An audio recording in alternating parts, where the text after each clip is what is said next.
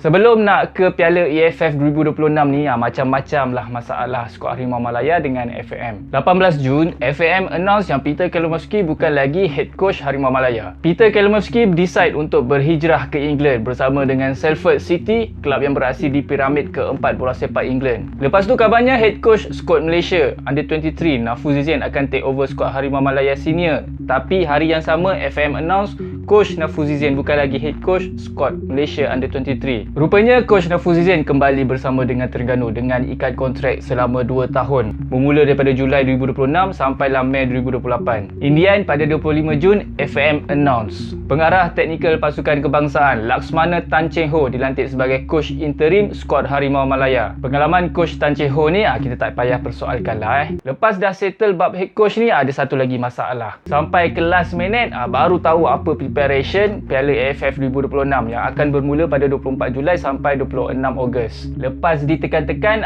akhirnya keluar juga list call up pada 11 Julai 2026. 2 minggu lagi nak tournament. Skuad ni akan mula training pada 15 Julai 2026, lebih kurang 9 hari je training sebelum kick off match pertama. Tunggu je lah nanti. Alasan masa preparation yang singkat akan jadi modal sebarang kegagalan skuad ni nanti. Bila dah keluar list call up, macam biasalah, macam-macam komen, macam-macam pendapat daripada netizen Argentina. Lagi-lagi kebanyakan kelab tak nak lepaskan player utama diorang sebabnya tournament ni di luar kalender FIFA. Ini memang problem biasalah. Sebelum-sebelum ni pun masalah yang sama juga. Sekarang ni kelab-kelab dalam Liga Malaysia tengah busy buat pre-season preparation untuk musim Liga Malaysia 2026-2027. So lagilah diorang susah nak lepaskan player diorang. To be fair, bukan player-player utama JDT je tak dilepaskan. Selangor, Kuching City, Kuala Lumpur City, semuanya tak nak lepaskan player-player utama diorang. Player-player macam Arif Aiman, Shihan, Miki, Nualin, Pawi, Ramadan, Beyond Cools, semua tak dapat join skuad Harimau Malaya kali ni.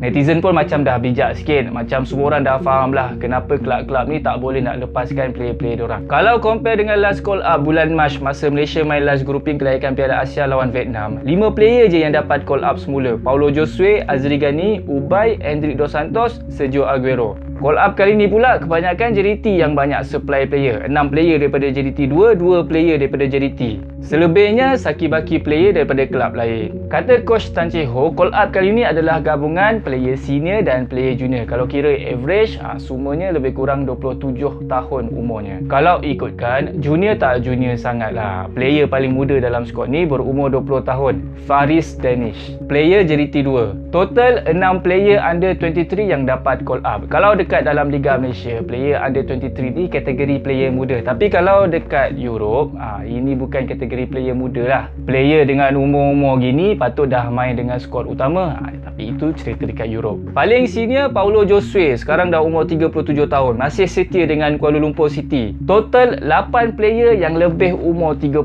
tahun. Termasuklah The Kelly Boy Sumare. Season 2025-2026, Kelly Boy ni main 126 minit je dengan JDT. Selebihnya banyak habiskan masa main dengan budak-budak dekat JDT 2. Sempatlah buat 6 penampilan. Antara player yang katanya mencuri perhatian kali ni, Wan Kuzin. Satu ketika pernah bercita-cita nak main dengan skuad USA, tapi di usia 28 tahun dan sekarang beraksi di kelab corot Liga Division kedua US. Aku personally tak expect tinggilah kepada Wan Kuzin. Bagi aku dia just another player dalam skuad Harimau Malaya. Aku lagi teruja nak tengok impact Ibrahim Manusi dalam skuad kali ni. Walaupun kena peram dekat JDT, tapi di usia 24 tahun dia banyak masa lagi, banyak peluang lagi untuk tunjukkan potensi sebenar dia. Richard Chin dan Dominic Tan mulanya dapat call up, tapi lepas tu digantikan dengan Hakimi umur 23 tahun dan Aisyah Hadi umur 22 tahun.